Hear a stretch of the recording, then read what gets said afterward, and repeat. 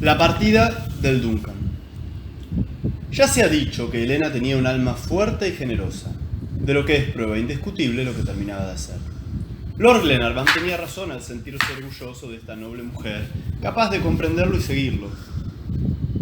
Ya en Londres, cuando rechazaron su pedido, se apoderó de él la idea de acudir en socorro del capitán Grant, y si no había expresado estos deseos antes que Lady Helena, era porque no podía acostumbrarse a la idea de separarse de ella. Pero puesto que la misma Helena pedía partir, cesaba toda vacilación. Los servidores del castillo habían saludado con entusiastas gritos esta predisposición. Se trataba de salvar a unos hermanos escoceses como ellos, y Lord Glenarvan se unió cordialmente a los hurras que aclamaban a la señora de Luz. Resuelta la partida, no había una hora que perder. Ese mismo día, Lord Glenarvan expidió a Juan Mangles la orden de conducir el Duncan a Glasgow y de preparar todo para un viaje a los mares del sur que podía convertirse en un viaje de circunnavegación. Por otra parte, cuando Helena formuló su proposición, no había prejuzgado las cualidades del Duncan, el que, construido en notables condiciones de solidez y velocidad, podía impunemente emprender largos viajes. Constituía un verdadero modelo de yate a vapor de 210 toneladas. Los primeros navíos que abordaron el continente, los de Colón, Vespucio, Pinzón y Magallanes, eran de dimensiones inferiores.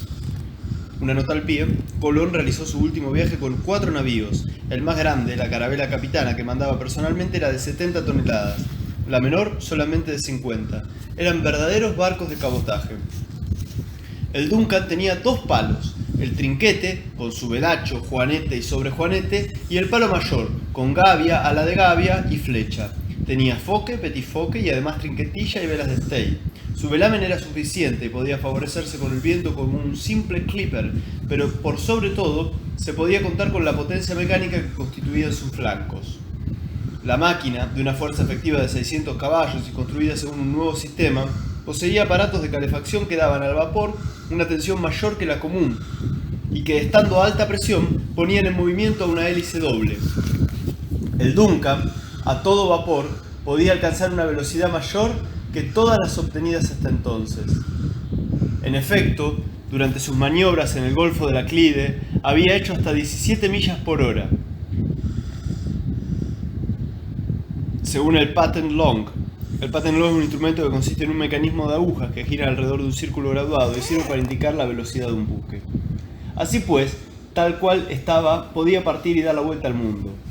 Juan Mangles no tenía que preocuparse más que por algunos detalles internos. Lo primero que hizo fue agrandar los pañoles para llevar la mayor cantidad posible de carbón, pues es difícil durante el camino renovar el aprovisionamiento de combustible. Tomó la misma precaución con respecto a la despensa, y así almacenó víveres para 2 años, y como no le faltaba dinero, tuvo que comprar un cañón giratorio que colocó en la proa del yate. No se sabía lo que podía ocurrir, y siempre es bueno poder lanzar una bala a 4 millas de distancia.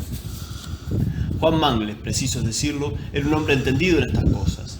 Si bien no gobernaba más que un yate de recreo, era considerado como uno de los mejores skippers de Glasgow. Tenía 30 años y las facciones, aunque un poco rudas, reflejaban valor y bondad. Nacido en el castillo, la familia de Glenarvan lo educó e hizo de él un excelente marino. Con frecuencia, durante sus largos viajes, Juan Mangles dio pruebas de habilidad, energía y serenidad. Cuando Lord Glenarvan le ofreció el comando del Duncan, aceptó encantado, pues quería como un hermano al señor de Malcolm Castle, y siempre había buscado, sin encontrarla hasta entonces, la ocasión de consagrarse a él. El segundo, Thomas Austin, era un viejo marino, digno de toda confianza. Contando al capitán y al segundo, 25 hombres componían la tripulación del Duncan, todos marineros experimentados, pertenecientes al condado de Dumbarton, e hijos de los arrendatarios de la familia que formaban a bordo un verdadero clan de buena gente, a la que no faltaba ni el tradicional pipperback, es aquel que toca un instrumento parecido a la gaita en los regimientos de Highlanders. Lord Glenarvan contaba pues con un grupo de buenas personas, felices con su oficio, sacrificadas, valientes, tan hábiles en el manejo de las aventuradas expediciones, tan hábiles en el manejo de las armas como en el del navío, y capaces de seguirlo hasta en las más aventuradas expediciones. Cuando se enteró a la tripulación del Duncan a dónde se les conduciría, no pudo contener su emoción y prorrumpió en entusiastas hurras que repitieron los ecos de los peñascos de Dumbarton.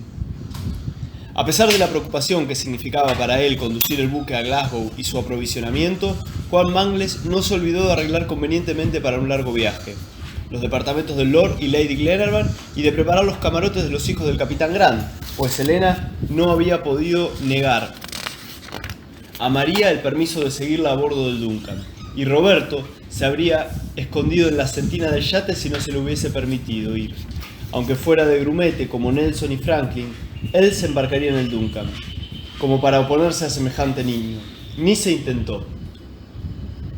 Hasta hubo que consentir en negarle la calidad de pasajero,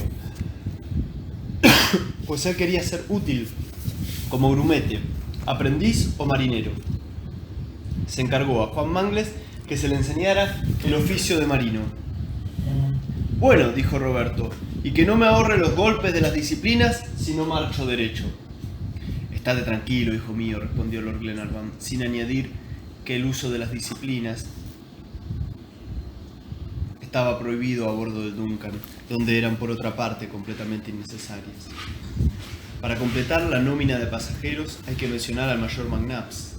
Era el mayor, un hombre de 50 años de edad, de facciones tranquilas y regulares, que iba a donde se le decía que fuese, con un excelente carácter, modesto, silencioso, pacífico y dulce. Siempre de acuerdo sobre no importa qué ni con quién. No discutía, ni disputaba, ni se encolerizaba jamás. Con la misma tranquilidad con que subía la escalera de su dormitorio, hubiera atravesado una cortina de fuego sin que nada en el mundo lo conmoviese. Y seguro es que morirá sin haber encontrado la ocasión de montar en cólera.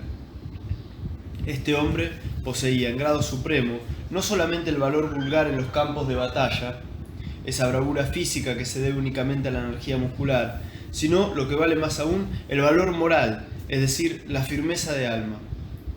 Si un defecto tenía, era el de ser absolutamente escocés, de la cabeza a los pies, un caledonio de pura sangre, un obcecado observador de las viejas costumbres de su país.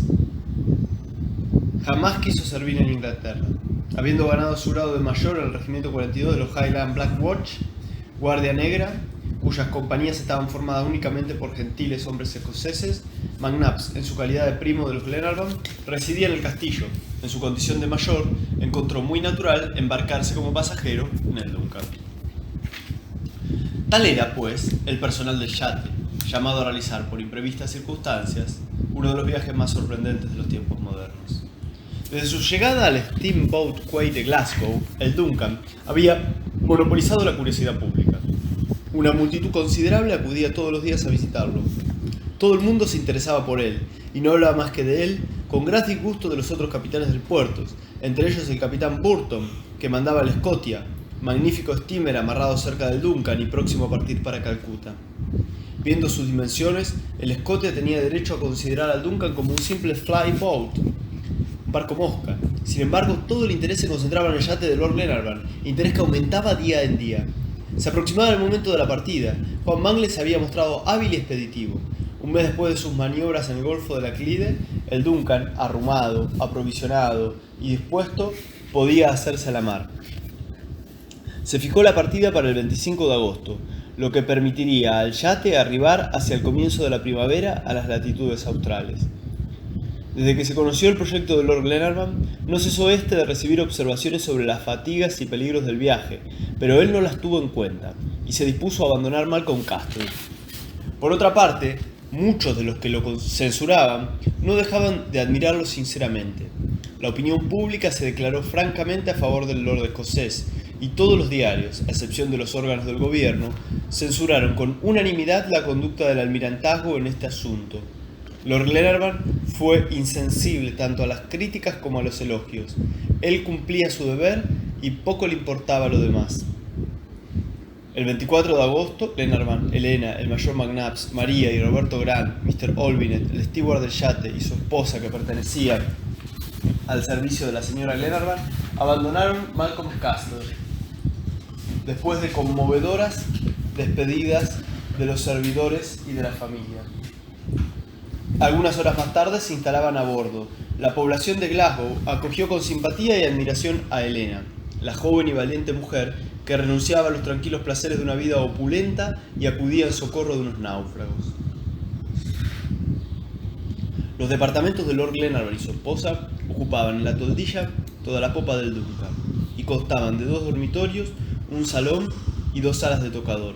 Luego, alrededor de un espacio cuadrado que servía de salón, había 6 camarotes, en los cuales 5 estaban ocupados por María y Roberto, Mr. y Mrs. Olbinett, el mayor McNabbs. Los de Juan Mangles y Thomas Austin daban sobre la tilla. La tripulación se había alojado en el entrepuente y, no llevando el yate otra carga que el carbón, armas y víveres necesarios, y habiendo aprovechado Juan Mangles con suma habilidad todos los lugares, se encontraba muy cómoda y a su gusto. Sí. La tripulación luego, o hasta el momento, pareciera no tener mucha cabida, ¿no? Pero quizás en algún momento tome relevancia, ¿no? Tanta gente que hay ahí, 25 marineros. Y hasta ahora no dijo una palabra de No, todavía no apareció. El Duncan debía partir en la noche del 24 al 25 de agosto, con la marea descendente de las 3 de la mañana. Pero antes, la población de Glasgow fue testigo de una emocionante ceremonia. A las 8 de la noche, Lord Glenarvan y sus huéspedes, la tripulación entera, desde los fogoneros hasta el capitán, todos aquellos, en fin, que debían formar parte de ese viaje de sacrificio y de abnegación, abandonaron el yate y se dirigieron a St. Mungo, la vieja catedral de Glasgow, la antigua iglesia que permaneció intacta en medio de las ruinas que causó la Reforma, y tan maravillosamente descrita por Walter Scott, recibió bajo sus bóvedas macizas a los pasajeros y a los marinos del Duncan. Los acompañaba una multitud inmensa. Allá, en la gran nave cubierta de tumbas como un cementerio, el reverendo Morton imploró la bendición del cielo y puso la expedición al amparo de la providencia. Hubo un momento en que la voz de María Grant se elevó en la vieja iglesia. La joven rogaba por sus bienhechores y vertía ante Dios dulces lágrimas de agradecimiento. Luego el grupo se retiró, presa de una profunda emoción. A las 11 horas, todos habían vuelto a bordo. Juan Mangles y la tripulación se ocuparon de los últimos preparativos. A medianoche se prendieron los fuegos que el capitán ordenó avivar activamente, y enseguida nubes de humo negro se mezclaron a las brumas de la noche. Las velas del Duncan se guardaron cuidadosamente en su estuche de tela para resguardarlas del hollín, ya que el viento soplaba del sudoeste y no podía favorecer la marcha del navío. A las 2, el Duncan comenzó a estremecerse por la trepidación de las calderas. El manómetro marcó una presión de 4 atmósferas y el vapor recalentado silbó en las válvulas. Estaba tendida la marea, ya que el día permitía reconocer los pasos de la Clyde entre las balizas y los Biggin, cuyos fanales se iban apagando a medida que nacía el alba. No había más que partir. Juan Mangles hizo avisar a Lord Glenarvan, quien subió enseguida al puente. Luego se hizo sentir el reflujo. El Duncan lanzó al aire prolongados silbidos, largó sus amarras, se alejó de los navíos de alrededor y se puso en movimiento la hélice que empujó al yate hacia el canal del río.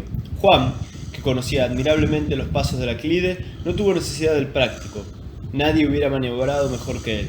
A una señal suya, el yate evolucionaba con la mano derecha. Con la mano derecha manejaba la máquina y con la izquierda el timón, silenciosa y seguramente. Pronto las últimas fábricas fueron reemplazadas por quintas situadas acá y acullá sobre las colinas ribereñas, y los ruidos de la ciudad se extinguieron en la lejanía. El carbón y la madera para mí por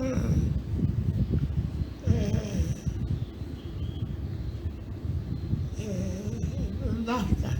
Claro. Una hora después, el Duncan pasaba por delante de las rocas de Dumbarton y 2 horas más tarde estaba en el golfo de la Clyde. A las 6 de la mañana doblaba el cabo de Cantire, salía del canal del norte y navegaba en pleno océano. Gracias a esto que vos decís, ¿no? A los motores a vapor, eran los primeros barcos a vapor de estas características.